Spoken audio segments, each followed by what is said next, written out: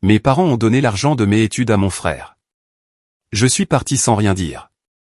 1 an plus tard, son entreprise a fait faillite et j'ai commencé à gagner des millions sans diplôme. Maintenant, il m'appelle sans arrêt, mais je ne réponds pas. Le jour où ma vie a basculé a commencé avec une assiette d'œufs brouillés et un faux sourire. Je me souviens encore de la façon dont la lumière du matin frappait le comptoir de la cuisine. De la voix de ma mère, un peu trop enjouée. Et de mon père qui tapotait son alliance contre sa tasse de café comme un métronome, comme s'il répétait un discours dans sa tête. Je m'appelle Théo et j'avais 18 ans quand ils m'ont fait asseoir ce matin-là, une semaine avant que je sois censé emménager dans ma chambre en résidence universitaire à Lyon. J'avais passé la dernière année à planifier obsessionnellement chaque détail, à m'inscrire pour la journée d'intégration, à acheter des manuels d'occasion, à travailler de nuit au supermarché pour me payer la décoration de ma chambre et un ordinateur portable décent. J'avais une feuille de calcul pour tout. J'avais même acheté un de ces mini-frigos de chambre parce que j'avais lu quelque part qu'on se lasse vite du restaurant universitaire. Pendant la majeure partie du lycée, j'avais été le garçon sage et responsable de la famille. Le genre de jeune qui obtenait la mention très bien au bac, qui n'allait pas au fait et qui ne causait pas de problème. Non pas par peur des conséquences, mais parce que je pensais que cela signifierait quelque chose. Je pensais que si je travaillais dur et ne faisais pas de vagues, quelqu'un le remarquerait. Peut-être pas avec de grands éloges spectaculaires, mais avec des petites choses, comme tenir leurs promesses, comme payer les frais de scolarité pour lesquels ils disaient avoir économisé depuis mes 12 ans. Alors, ce matin-là, quand ma mère a dit « Théo, mon chéri, ton père et moi devons te parler de quelque chose d'important », j'ai simplement souri et pris une autre bouchée de mes œufs. Je n'avais aucune raison de me méfier, aucune raison de me préparer au coup de poing monumental qui allait suivre. Mon père s'est penché en avant avec ce visage calme et familier qu'il arborait toujours lorsqu'il s'apprêtait à me faire la morale sur le fait que la vie est injuste. Et puis il a dit, « Nous avons donné l'argent de tes frais de scolarité à ton frère. Son entreprise en a plus besoin en ce moment. » Juste comme ça, en une seule phrase. Sans préambule, sans excuse, juste une déclaration froide et clinique comme s'il annonçait la météo. Au début, je n'ai même pas répondu. J'ai cligné des yeux.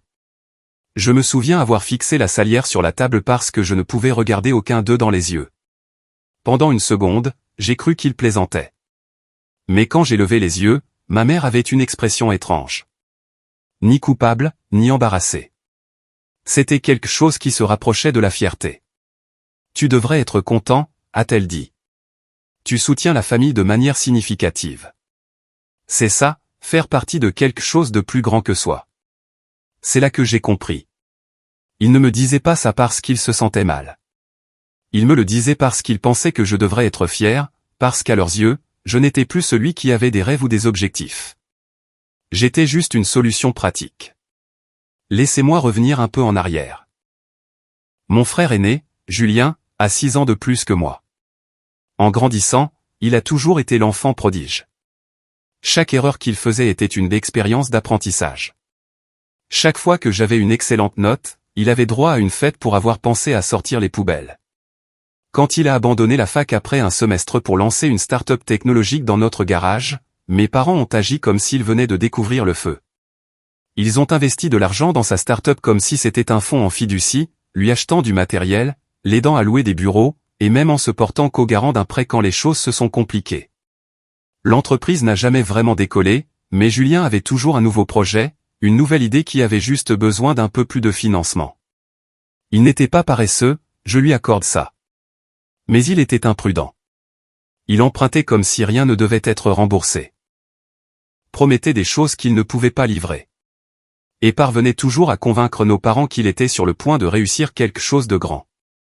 Alors, quand j'ai été accepté dans une excellente université, pas une grande école, mais tout de même compétitive, et que mes parents m'ont assuré qu'ils couvriraient la première année, je les ai crus. Pourquoi ne l'aurais-je pas fait? J'avais suivi toutes les règles. J'avais été prudent. J'étais resté dans mon couloir. Et en retour, j'étais censé avoir ma chance. À la place, j'ai eu ça. Un sermon matinal sur les sacrifices, servi avec des œufs et des tartines. Je n'ai posé qu'une seule question, une seule. Alors, qu'est-ce que je suis censé faire maintenant? Mon père m'a regardé comme si j'étais déraisonnable. Prends une année sabbatique, trouve un travail. Plein de jeunes de ton âge ont besoin de temps pour savoir ce qu'ils veulent faire. J'ai déjà trouvé ce que je veux faire, ai-je dit, reconnaissant à peine ma propre voix. Je suis censé emménager la semaine prochaine. Nous savons, a dit ma mère doucement, comme si cela améliorait la situation. Et nous sommes vraiment désolés pour le timing. Mais tu es intelligent, Théo. Tu trouveras un autre moyen. Le pire n'était pas la décision. C'était la façon dont ils agissaient, comme si c'était une opportunité pour moi de grandir. Comme si me faire voler mon avenir était une sorte d'exercice de développement personnel. Je n'ai pas crié. Je n'ai pas discuté. Je n'ai pas pleuré. J'ai juste hoché la tête. Puis je me suis excusé de table, je suis monté dans ma chambre et j'ai fermé la porte. C'est à ce moment-là que tout a changé, car au fond de moi, quelque chose s'est brisé. Pas de manière spectaculaire comme dans un film où j'aurais cassé un miroir ou frappé un mur. C'était plus silencieux que ça, plus définitif, comme un interrupteur qui se met sur bof. Je n'ai pas dormi cette nuit-là. Je suis resté assis dans mon lit, à regarder le plafond, repassant chaque conversation que j'avais eue avec mes parents et qui me semblait soudain fausse. Toutes les fois où ils m'avaient dit qu'ils étaient fiers. Toutes les fois où ils avaient dit « on te soutient ». C'était comme réaliser que votre filet de sécurité était en papier. Le lendemain matin, j'ai commencé à faire mes valises. Pas pour l'université, pour quelque chose de complètement différent. Et ce fut le début. Le début d'une longue année, le début du silence entre moi et mes parents. Le début de ma disparition, non pas physiquement, mais émotionnellement. J'ai quitté la maison avec 2 valises, 900 € de mon travail au supermarché, et une règle gravée dans mon esprit, ne jamais compter sur quelqu'un qui te traite comme un plan de secours. Et pendant que l'entreprise de mon frère brûlait de l'argent comme un feu de joie, j'étais sur le point de lancer quelque chose à moi, quelque chose dont je n'ai parlé à personne, quelque chose de discret, quelque chose d'intelligent. Car s'ils voulaient que je soutienne la famille, j'allais leur montrer exactement ce que cela signifiait. Mais pas de la manière qu'ils attendaient. Loin de là. Je n'avais pas de plan. Pas de vrai plan, en tout cas. Mais j'avais la motivation et la rage. Le genre de colère calme et patiente qui ne s'éteint pas rapidement. Le genre qui mijote pendant des mois, se cristallisant en quelque chose de tranchant, d'utile. J'ai déménagé le jour même où ils ont lâché la bombe. Je ne leur ai même pas donné la chance de me demander où j'allais. J'ai juste emballé mon ordinateur portable, mes vêtements et le peu d'argent que j'avais économisé, et j'ai contacté un gars avec qui je travaillais au supermarché, Cédric, qui avait une chambre de libre dans son appartement de l'autre côté de la ville. Ce n'était pas glamour. Il n'y avait pas de climatisation et je devais dormir sur un futon qui grinçait si je respirais trop fort, mais c'était à moi. Et plus important encore, ce n'était pas à eux. Je ne les ai pas complètement coupés de ma vie. Au début, ils m'ont envoyé quelques SMS la première semaine, prenant des nouvelles comme si de rien n'était. Comment se passe la recherche d'emploi? Dis-nous si tu as besoin de quelque chose. Je n'ai pas répondu. Je n'étais pas prêt. J'étais trop occupé à me sentir stupide de leur avoir fait confiance. Trop occupé à me noyer dans une amertume que je ne pouvais pas exprimer. Je passais mes journées à jongler entre les petits boulots sur le Bon Coin et les vidéos YouTube sur le marketing digital, le commerce, le codage, tout ce qui pouvait mener à quelque chose de plus stable que de remplir des rayons. La nuit, je travaillais dans une sandwicherie locale. J'ai dit à Cédric que je prenais juste une année pour réfléchir avant la fac. Je ne lui ai pas dit pourquoi. Je ne pouvais même pas le dire à voix haute sans ressentir un étrange mélange d'humiliation et de fureur, comme si on m'avait escroqué et qu'on s'attendait à ce que je remercie le croupier. Pendant ce temps, Julien était partout. Il était sur tous les réseaux sociaux de mes parents.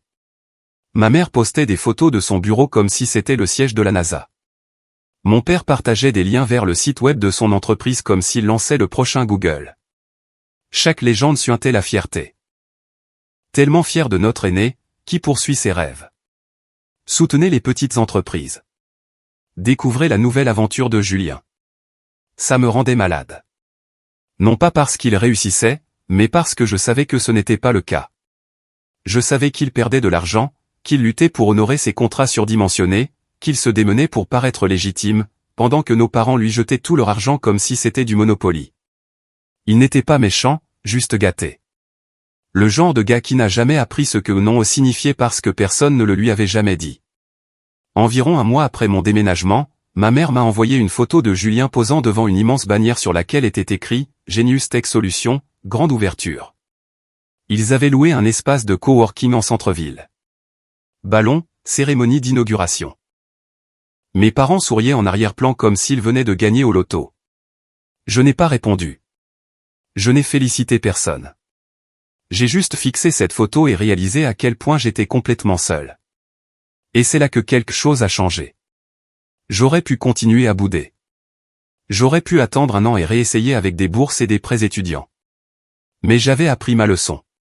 Je savais que si je voulais un avenir, je devrais le construire moi-même, brique par dépit s'il ne restait que ça. Alors, j'ai commencé à apprendre de manière obsessionnelle. J'avais toujours été doué en technologie. Au lycée, je donnais des cours de soutien, j'aidais les jeunes à réparer leur téléphone, j'avais même assemblé quelques PC sur mesure. Mais maintenant, j'ai commencé à aller plus loin. J'ai appris par moi-même à gérer des publicités Facebook, à trouver des produits gagnants en dropshipping, à rédiger des textes de vente qui convertissent vraiment. Je regardais 10 heures de tutoriels par jour, suivais des cours en ligne que je ne pouvais pas me permettre, et trouvais d'autres moyens d'y accéder. J'ai testé tous les essais gratuits connus. J'ai beaucoup échoué. J'ai perdu de l'argent sur de mauvaises idées de produits. J'ai mangé beaucoup trop de nouilles instantanées. Mais j'ai continué. 3 mois plus tard, j'ai lancé ma première vraie boutique. Ce n'était rien d'extraordinaire, juste un site de gadgets de niche vendant des humidificateurs portables et des supports de téléphone. Mais j'ai trouvé un rythme. Je réinvestissais tout. Je vivais avec 3 fois rien. J'ai même annulé mon abonnement Spotify pour économiser de l'argent et écouter des vidéos de motivation sur YouTube à la place. Le travail acharné est devenu addictif et, lentement, les choses ont commencé à fonctionner. Au 5e mois, je gagnais plus en une semaine qu'auparavant en un mois à la sandwicherie. Je ne l'ai dit à personne. Ni à Cédric, ni à mes anciens amis, et certainement pas à ma famille. Il ne s'agissait pas de se vanter. Il s'agissait de construire quelque chose que personne ne pourrait me prendre. Pendant ce temps, les choses à la maison sont devenues étranges. Ma mère a recommencé à appeler. Au début, c'était désinvolte. Un message vocal par-ci, un message par-là. Salut mon chéri, je voulais juste prendre de tes nouvelles. J'espère que tu vas bien. Puis c'est devenu plus insistant. Nous n'avons pas eu de tes nouvelles depuis un moment. On peut se voir? Ton père s'inquiète. Et puis un jour, elle a envoyé ça, Julien aurait vraiment besoin de ton aide. Tu es si doué avec les ordinateurs. Je l'ai lu 3 fois. J'ai ri aux éclats. Quelle audace. Je n'ai pas répondu. Je n'avais pas à répondre, car à ce moment-là, j'avais quelque chose de mieux. Un avantage. Mais je n'étais pas encore prêt à l'utiliser. Pas avant le point de rupture. Il est arrivé 6 mois plus tard. J'ai reçu un message de ma cousine Émilie. Elle était proche de mes parents. Elle me gardait quand j'étais petit, mais nous ne nous étions pas parlé depuis des années. Elle m'a envoyé une capture d'écran d'une publication de ma mère sur Facebook. Parfois, la famille signifie faire des choix difficiles. Nous sommes si fiers de nos 2 fils. Julien, qui révolutionne la tech locale, et Théo, qui prend courageusement une année sabbatique pour se trouver. Se soutenir mutuellement, c'est l'essentiel. Ma mâchoire s'est crispée. Se soutenir mutuellement. Il présentait la situation comme si j'avais choisi d'abandonner l'université. Comme si c'était un noble sacrifice de ma part, comme si j'avais joyeusement renoncé à mon avenir pour que Julien puisse jouer au PDG. Et les gens aimaient ça. Ils commentaient, vous avez élevé des garçons si généreux. Théo a l'air d'être un amour. Je voulais crier, mais je suis resté silencieux. Je suis resté concentré jusqu'à ce que l'appel arrive. C'était un mardi. J'étais en train de traiter des commandes quand mon téléphone a sonné. Mon père. Je l'ai laissé aller sur la messagerie. 1 minute plus tard, il a rappelé, puis encore. Finalement, j'ai répondu. Théo, a-t-il dit, le souffle court comme s'il avait couru. J'ai besoin de te parler. C'est à propos de Julien. Je n'ai rien dit. Il a hésité, puis a soupiré. Son entreprise, ça ne va pas bien. Ah, vraiment? Il a du retard sur le loyer du bureau. Le prêt que nous avons co-signé est. Eh bien, les échéances s'accumulent. Je suis resté silencieux. Nous espérions, a-t-il dit lentement, que tu pourrais peut-être aider. Tu as toujours été bon avec les chiffres. Peut-être que tu pourrais jeter un œil au compte. Voir s'il y a quelque chose qui nous échappe. C'était le moment. La seconde exacte où j'ai senti la fracture de notre famille s'élargir en un canyon. Il m'avait tout pris. Ma confiance, mon avenir, mes frais de scolarité. Et maintenant que tout s'effondrait, il revenait en rampant. Mais ce fut pire. Ma mère a appelé plus tard dans la nuit. Sa voix était douce, comme si elle essayait de jeter un sort. Mon chéri, nous savons que les choses ne se sont pas passées comme prévu, mais Julien est ton frère. Il a besoin de toi. Nous avons tous besoin de toi. J'ai enfin parlé. Vous lui avez donné l'argent pour mes études. Il y eut une pause, puis un soupir. Nous le lui avons prêté. C'était une décision familiale. Non, c'était votre décision, ai-je dit, la voix tremblante. Je n'ai accepté rien du tout. Nous ne pensions pas que tu serais si rigide à ce sujet. Rigide. Comme si attendre de ses parents qu'ils tiennent leur parole était une sorte de défaut de personnalité. Nous vous avons soutenus tous les deux de différentes manières, a-t-elle ajouté. Julien a juste plus besoin en ce moment. Et moi, de quoi ai-je besoin, ai-je demandé. Il y eut un silence. C'était la vraie réponse. Je n'étais pas censé avoir besoin de quoi que ce soit. J'étais censé donner, être le stable, le réparateur, le personnage secondaire dans le drame de la start-up de Julien. Tout a atteint son paroxysme une semaine plus tard, quand je suis passé chez eux. Je ne sais même pas pourquoi j'y suis allé. Peut-être qu'une partie de moi voulait encore qu'ils le reconnaissent, qu'ils assument ce qu'ils avaient fait, qu'ils s'excusent. Au lieu de ça, je suis tombé en pleine intervention. Julien était là. Mes parents aussi. Le salon était impeccable, comme s'ils attendaient des invités. Ma mère a souri dès que je suis entré. Nous sommes si heureux que tu sois venu. Assieds-toi. Je suis resté debout. Julien avait l'air épuisé. Des cernes sous les yeux, son ordinateur portable ouvert devant lui. Théo, mec, a-t-il dit. J'ai merdé. Je sais, mais j'ai juste besoin d'un petit coup de main. Tu es bon avec tout ce qui est en ligne. Tu as toujours été intelligent. Mon père est intervenu. On ne demande pas grand-chose, juste quelques idées. Peut-être que tu pourrais l'aider à restructurer l'entreprise. Il est encore temps. Je les ai tous regardés. Est-ce que l'un de vous a déjà pensé à m'aider, moi? Ils ont cligné des yeux comme si j'avais parlé une autre langue. J'avais besoin d'aide il y a 1 an. J'avais besoin de soutien. J'avais besoin de vous, mais vous n'étiez pas là. Le sourire de ma mère s'est effacé.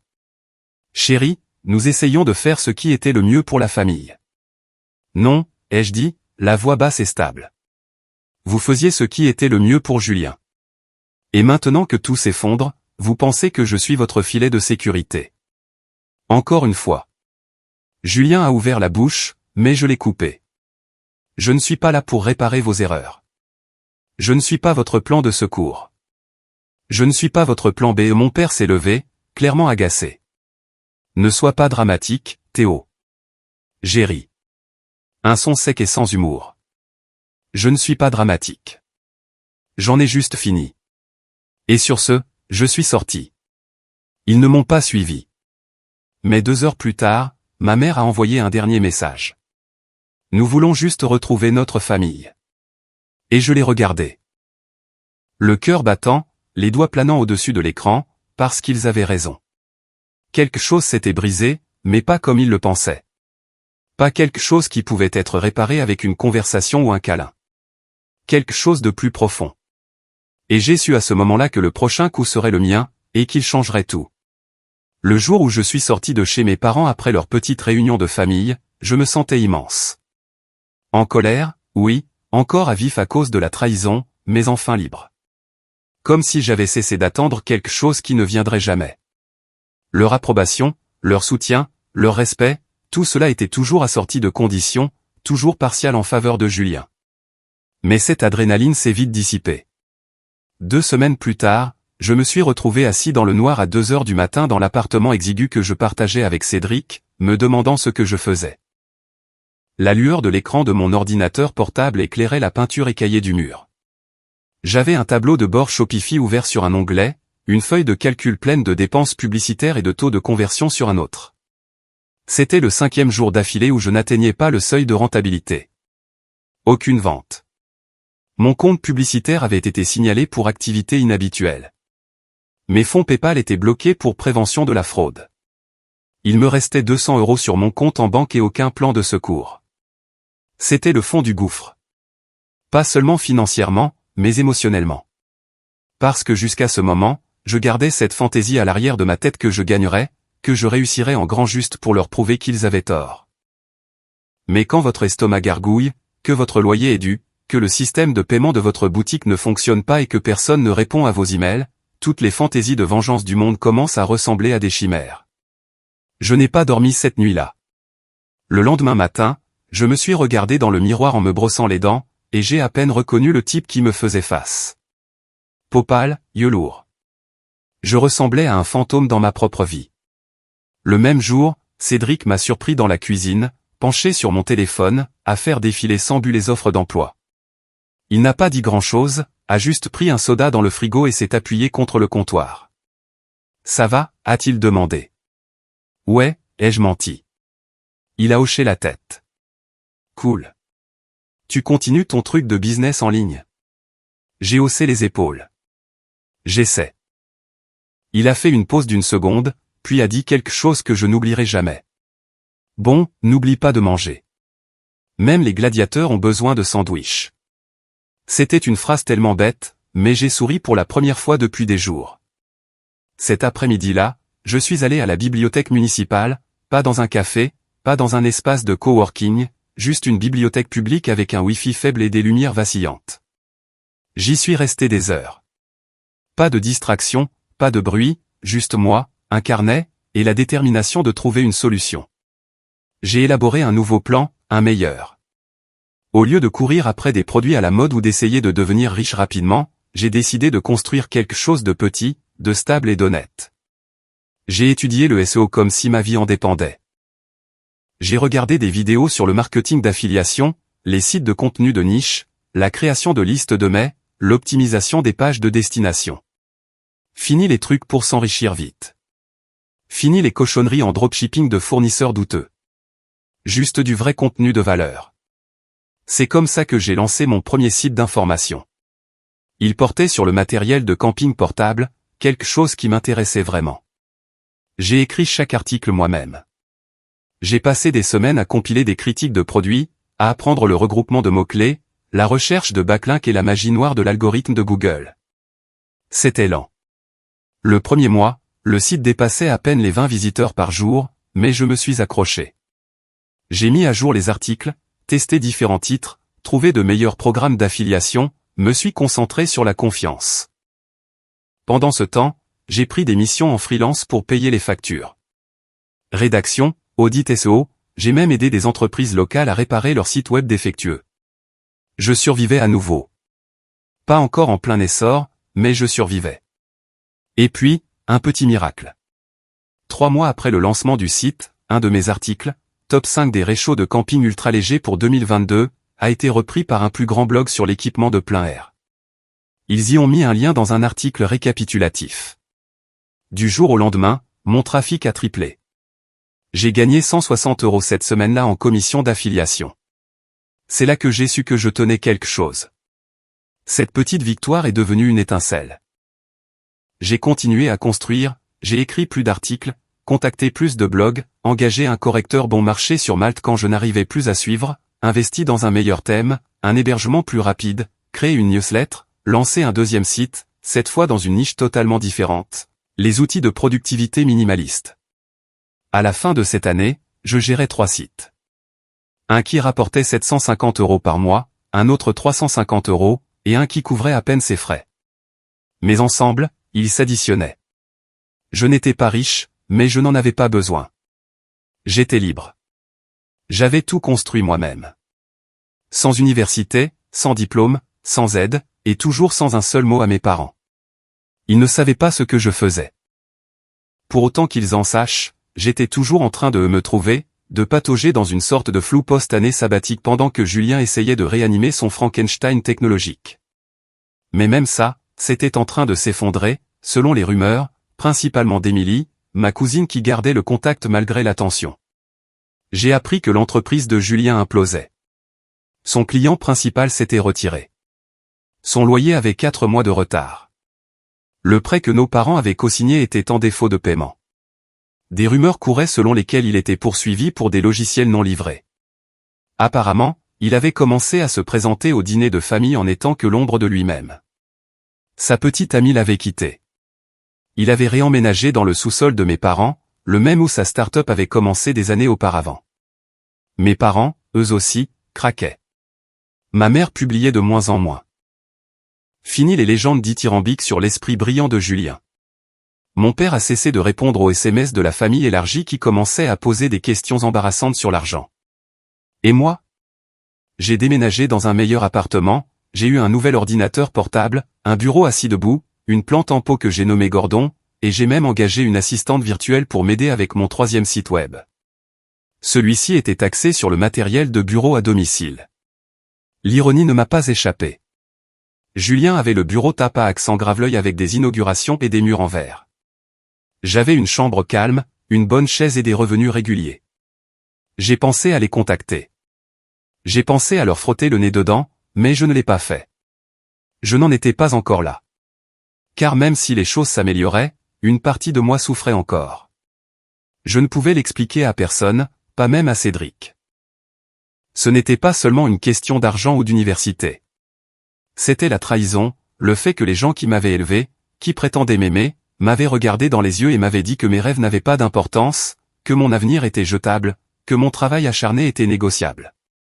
Ça laisse une marque. Ça change votre façon de faire confiance. Ça change votre façon d'espérer. Mais même les cicatrices peuvent se transformer en armure. Et finalement, j'ai commencé à me sentir de nouveau fort. Un jour, environ 1 an après avoir quitté la maison, j'ai reçu un appel. Numéro inconnu. Je l'ai laissé aller sur la messagerie. C'était Julien. Sa voix était tremblante. Plus calme que je ne l'avais jamais entendu. Salut Théo, je sais que ça fait un bail. Je sais pas, mec. Les choses vont vraiment mal en ce moment. J'ai merdé. Je le sais, mais j'aurais vraiment besoin d'aide. J'ai écouté ce message 6 fois. Non pas parce que j'envisageais de l'aider. Ce n'était pas le cas. J'écoutais parce que je voulais comprendre à quoi ressemblait le son de quelqu'un à qui on avait toujours tout donné et qui, finalement, n'avait plus de main pour le rattraper. Je ne l'ai jamais rappelé, mais j'ai gardé le message. Il me rappelait pourquoi j'avais fait tout ça en premier lieu. Pourquoi j'étais resté debout toutes les nuits à étudier des choses que personne ne m'avait apprises. Pourquoi j'avais surmonté les crises de panique, les semaines à 0 revenu et les propriétaires qui se fichaient que vous soyez en train de vous chercher. Parce qu'ils m'avaient sous-estimé. Et cette erreur allait leur coûter cher. Je n'étais plus le personnage secondaire. J'étais sur le point de devenir le rebondissement de l'intrigue. Le message vocal de Julien est resté dans ma boîte de réception comme une mèche allumée qui n'a jamais tout à fait explosé. Je l'écoutais tous les quelques jours, non pas parce que j'avais besoin de me rappeler le chemin parcouru, mais parce que cela me ramenait à la réalité. Cela me rappelait que pendant que j'avais passé la dernière année à trimer en silence, à grandir dans l'ombre, les personnes qui m'avaient rayé de leur vie sombraient maintenant dans le désordre qu'elles avaient créé. Mais je n'étais pas pressé de jubiler. La vengeance, la vraie vengeance, ne consiste pas seulement à prouver à quelqu'un qu'il a tort. Il s'agit de le laisser s'en rendre compte par lui-même, lentement, douloureusement, sans bouée de sauvetage. Et ce genre de prise de conscience demande de la patience, de la précision, un peu de timing, et beaucoup de retenue. Et maintenant, enfin, j'avais les 3. Ma première grande opportunité est venue d'un endroit étrange, un message sur LinkedIn. Une des entreprises dont j'utilisais le programme d'affiliation m'a contacté pour me demander si je serais intéressé par du conseil. Apparemment, mon site leur rapportait plus de ventes que certains de leurs partenaires plus importants, et ils voulaient savoir comment. Au début, j'ai hésité. Je n'avais jamais rien fait d'officiel comme ça. Mais dès que j'ai vu leur proposition, 2800 € pour un audit de 10 heures, j'ai accepté. Ce seul contrat a payé 2 mois de loyer. Ce contrat en a entraîné 2 autres. J'avais soudainement de la crédibilité, des clients, des recommandations. Mais plus important encore, j'avais une idée. Ça a commencé comme une blague. Vraiment. Cédric et moi étions assis dans notre appartement. Il venait de quitter son travail dans le commerce de détail pour se lancer dans le développement d'applications, et j'ai mentionné à quel point ce serait drôle de faire une étude de cas public de mon parcours, de trahir à autodidacte. Cédric a ri. Tu casserais Internet. J'ai fait une pause. Non, sérieusement. Et si je racontais mon histoire, pas de manière amère, mais de manière éducative, stratégique? Et si je transformais tout ce qu'il pensait être ma chute en un modèle pour construire quelque chose à partir de rien? Il s'est penché en avant. Tu aurais des clients, des sponsors, peut-être un contrat pour un livre. Peut-être, ai-je dit en souriant. Mais plus que ça, j'attirerais l'attention. Parce que si j'allais jouer à ce jeu, si j'allais démanteler leur récit et réécrire le mien, je voulais qu'ils le voient. Cette nuit-là, j'ai acheté un nouveau nom de domaine, quelque chose de propre, de professionnel. J'ai commencé à rédiger la première d'une série de plusieurs articles de blog relatant comment j'avais construit mes sites d'affiliation, comment j'avais géré l'épuisement professionnel, comment j'avais navigué dans le champ de mine des affaires en ligne sans argent ni soutien. Ce n'était pas émotionnel ou amer. C'était chirurgical, juste les faits. Chaque article se terminait par une seule ligne, sans diplôme, sans aide, sans excuse. Les articles ont décollé. D'abord sur Reddit, puis sur Hacker News, puis un YouTuber de la niche finance a fait une vidéo de réaction intitulée « Le gamin qui s'est fait couper les vivres et a bâti un empire ». J'ai gagné plus de 10 000 abonnés à ma liste de mai en 2 semaines. Le trafic de mon site a triplé. Une entreprise a proposé d'acheter l'un d'eux pour une somme à 5 chiffres. J'ai dit non parce que j'avais de plus grands projets. Des projets qui impliquaient de sortir enfin de l'ombre numérique pour entrer dans la pièce où les décisions sont prises. Alors, j'ai commencé à aller à des rencontres locales, des événements SEO, des panels technologiques, même quelques expos de startups.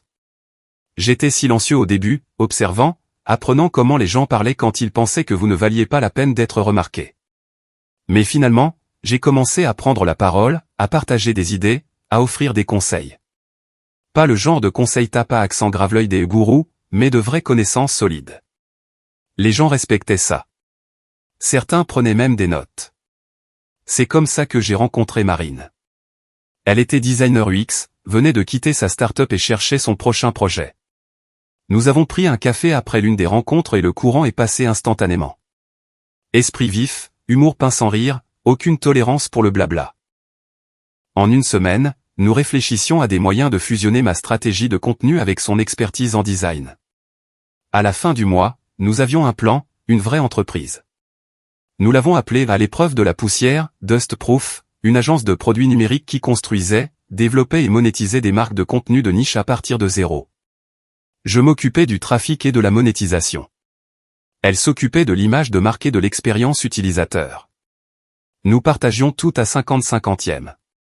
Il ne s'agissait plus seulement de gagner de l'argent. Il s'agissait de prouver quelque chose. Nous ne construisions pas seulement des sites. Nous construisions un levier. Et maintenant que je l'avais, j'ai commencé à préparer la vraie vengeance. Elle a commencé, comme il se doit, avec Julien. Grâce à Émilie, qui flottait toujours dans nos conversations de groupe, j'ai appris qu'il essayait de trouver un nouvel investisseur. Apparemment, un incubateur d'entreprises locales envisageait de lui accorder une subvention de 45 000 €, espérant aider à relancer les fondateurs de technologies en difficulté. Julien leur avait présenté une idée à moitié cuite, une application d'assistant pour petites entreprises basée sur l'IA, un salmigondi de mots à la mode, mais il mordait à l'hameçon parce qu'il avait de bonnes relations et de l'expérience.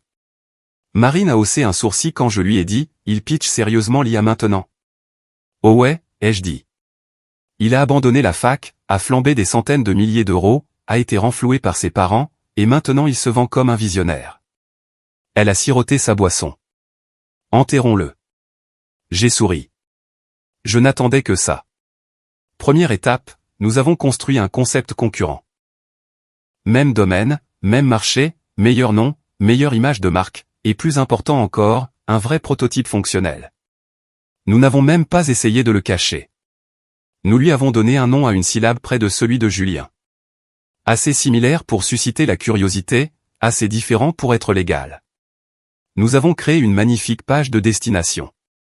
Nous avons enregistré des vidéos de démonstration. Nous avons publié un article de blog intitulé « Ce que la plupart des applications professionnelles font de travers et comment nous l'avons corrigé », avec des captures d'écran, des témoignages et une liste d'attente en direct. Puis nous avons lancé des publicités, des pas chères, ciblées directement sur le code postal de l'incubateur. En quelques jours, notre version était partout sur leur fil d'actualité LinkedIn. J'ai même rejoint le canal Slack public de l'incubateur en utilisant un pseudonyme juste pour observer. Et bien sûr, 3 jours plus tard, quelqu'un a posté, et quelqu'un a vu ce nouvel outil. Il a l'air super propre. Ça pourrait valoir le coup de jeter un œil avant de finaliser la prochaine subvention. Julien ne l'a jamais vu venir. Émilie m'a envoyé un texto le lendemain matin. Pas sûr que tu y sois pour quelque chose, mais j'ai été en panique. Lol. Je n'ai pas répondu. J'ai juste posé mon téléphone et me suis remis au travail. Parce qu'aussi satisfaisant que ce soit de lui mettre des bâtons dans les roues, il n'était pas la vraie cible. C'étaient mes parents. Ce sont eux qui avaient parié contre moi, qui m'avaient dit que je devrais être fier de renoncer à mon avenir. Qui avaient applaudi à la grande ouverture de Julien et m'avaient ignoré quand j'ai demandé « Qu'est-ce que je suis censé faire maintenant ?» J'aurais pu leur envoyer une lettre, une facture, un lien vers le blog. Mais ça aurait été trop facile. Au lieu de cela, j'ai attendu le moment parfait, et il est arrivé juste à temps pour le mariage de ma cousine Amélie. Elle se mariait dans un domaine viticole local et tout le monde était invité. Toute ma famille élargie, Julien, mes parents, même des gens que je n'avais pas vus depuis le collège. Émilie m'a envoyé une capture d'écran de la liste des invités et m'a demandé si j'y allais. J'ai failli dire non. L'idée d'entrer dans cet événement entouré de gens qui pensaient que j'étais un décrocheur à la dérive me donnait la chair de poule. Mais ensuite, j'ai eu une idée, une véritable mise en scène. J'ai appelé Marine. Que dirais-tu d'une petite démonstration ? Elle a ri. J'adore le drame. À quoi tu penses ?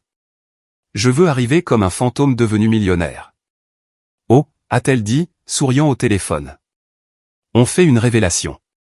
Alors, nous l'avons planifié. J'ai acheté un nouveau costume, sur mesure, élégant, sans logo, sans tapas accent grave-l'œil, juste de la prestance. Marine m'a aidé à rédiger une carte de présentation pour l'événement, un petit carton plié qui présentait à l'épreuve de la poussière comme sponsor de la prochaine retraite pour petites entreprises du domaine. J'ai veillé à ce qu'ils incluent notre site et mon nom. Théo Leclerc, qui est fondateur. Je n'ai dit à personne que je venais. Je n'ai pas répondu à l'invitation. Je suis juste entré. Et quand je l'ai fait, chaque conversation dans un rayon de 3 mètres a ralenti jusqu'à s'arrêter. Parce que la dernière fois qu'il m'avait vu, j'étais le gamin qui avait disparu avant l'université. Celui qui avait renoncé à ses frais de scolarité, qui avait pris une année sabbatique pour se trouver. Maintenant, j'avais l'air de quelqu'un qu'on cherche sur Google. Et Julien. Il était au bar, sirotant un verre, avec l'air d'un homme à 2 doigts de la dépression nerveuse. Nos regards se sont croisés. Il a cligné des yeux. J'ai hoché la tête. Pas un mot. Ma mère était à l'autre bout de la pièce, parlant à une grand-tante que je me rappelais à peine. Quand elle m'a enfin remarqué, son visage est passé par 4 étapes de réaction, confusion, reconnaissance, sourire forcé, et quelque chose proche de la panique. Je me suis approché, calme, civilisé, comme quelqu'un qui n'a besoin de rien de personne. Théo, a-t-elle dit, à bout de souffle. Je ne savais pas que tu venais. Je n'étais pas sûr non plus, ai-je dit doucement. Mais un des sponsors de l'événement m'a invité. Son visage a eu un tic. Oh, a-t-elle dit. J'ai laissé cela planer dans l'air. Mon père l'a rejointe un instant plus tard. Son sourire était plus crispé, plus forcé. Fils, a-t-il dit. C'est bon de te voir. De même. Il a essayé de poser d'autres questions, mais je me suis tourné pour saluer quelqu'un d'autre, l'organisatrice de l'événement, et je lui ai tendu ma carte de présentation pour confirmer ma table. Elle y a jeté un coup d'œil, a souri et a dit « Oh, vous êtes le monsieur de à l'épreuve de la poussière. Nous avons tellement entendu parler de votre travail. » Mes parents sont restés silencieux. Il ne s'agissait pas d'étaler quoi que ce soit.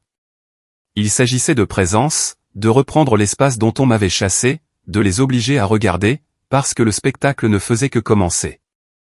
La réception du mariage s'est déroulée comme une pièce de théâtre, et j'avais fini de jouer les seconds rôles. Mes parents étaient assis, raides, à leur table de l'autre côté de la salle, sirotant à peine leur boisson.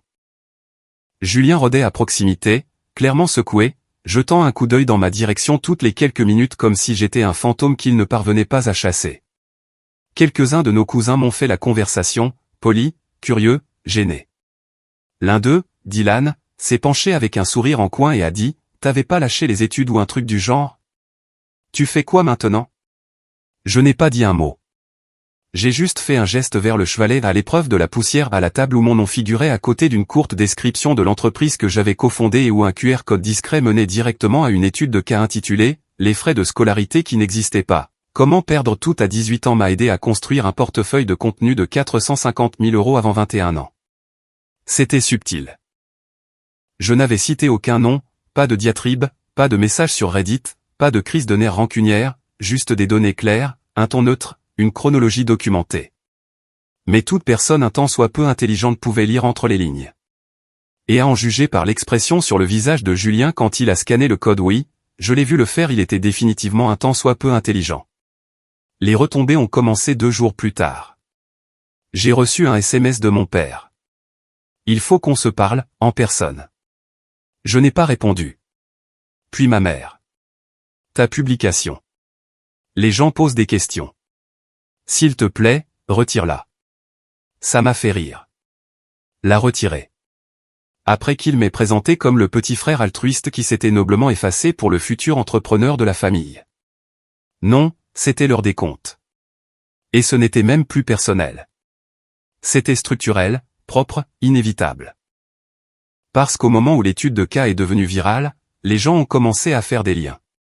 Émilie m'a dit que l'ancien sous-traitant de Julien, celui qu'il avait ignoré après lui avoir promis des parts de l'entreprise, avait partagé le lien sur Twitter avec la légende « Ah, alors c'est pour ça qu'il ne m'a jamais payé ».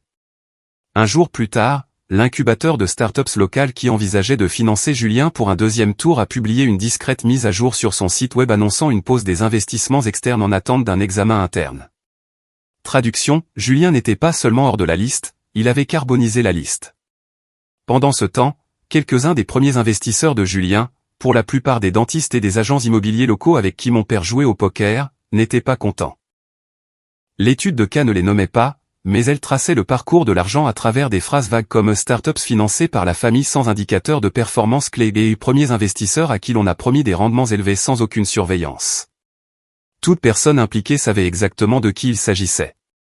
L'un d'eux, le docteur Alain, aurait coincé mon père lors d'un barbecue de quartier et lui aurait demandé sans détour « As-tu donné les frais de scolarité de ton fils à la start-up de Julien ?» Mon père n'a pas répondu, mais dans ces cercles, le silence en dit long. J'ai commencé à recevoir des nouvelles de gens, d'anciens professeurs, de quelques camarades de lycée, même d'une des ex de Julien. Ils m'ont tous contacté avec une variation de « J'ai lu ton article ». Je n'en avais aucune idée. Parce que c'était le pouvoir de la vérité. Non pas crier, non pas dramatiser, juste documenter, calme, mesuré, sans excuse. Et ce calme, plus que tout, est ce qui les a défaits. Julien a essayé de répondre. En quelque sorte. Il a publié un article de blog de son cru, un désordre à moitié convaincant et rempli de jargon intitulé « L'entrepreneuriat est désordonné, leçon d'une start-up qui ne s'est pas déroulée comme prévu ». Il était plein d'excuses vagues et de phrases comme repousser les limites, construire sous pression et apprendre des défis. Personne n'y a cru. En fait, les commentaires étaient brutaux. Voilà ce qui arrive quand on joue avec l'argent des autres. Ton frère avait tout à fait le droit de parler. Tu lui dois plus que des excuses. Tu n'as pas échoué parce que tu as pris des risques. Tu as échoué parce que tu as pris les gens pour des imbéciles. Mes parents, cependant, n'ont pas répondu publiquement. Ce n'était pas leur style. Mais ils l'ont ressenti. Les appels ont cessé. Les SMS se sont taris. Ma mère a retiré de ses amis la moitié de la famille élargie sur Facebook. Mon père a fermé son compte LinkedIn. Au début, j'ai pensé que c'était la honte, mais ce n'était pas ça. C'était le contrôle qui leur glissait entre les doigts, doucement, sans relâche. Et alors qu'ils se repliaient sur eux-mêmes, mon monde s'est élargi. J'ai accepté une invitation à prendre la parole lors d'une conférence sur l'entrepreneuriat numérique à Station F à Paris. J'ai partagé la scène avec des fondateurs 2 fois plus âgés que moi. Dîner, panel, interview, tout cela était surréaliste, et tout cela était mérité. Marine et moi avons fait de À l'épreuve de la poussière une véritable entreprise. Nous avons embauché 2 rédacteurs, un chef de projet et un responsable des ventes. Au moment de mon 21e anniversaire, nos revenus mensuels avaient dépassé les 50 000 €, sans compter les commissions d'affiliation ou les contrats de licence. Et le meilleur dans tout ça? Je ne l'ai jamais dit à mes parents, pas directement. Je ne les ai jamais appelés pour me vanter. Jamais envoyé de SMS disant « je vous l'avais bien dit ». Jamais posté de relevé bancaire dans la conversation de groupe.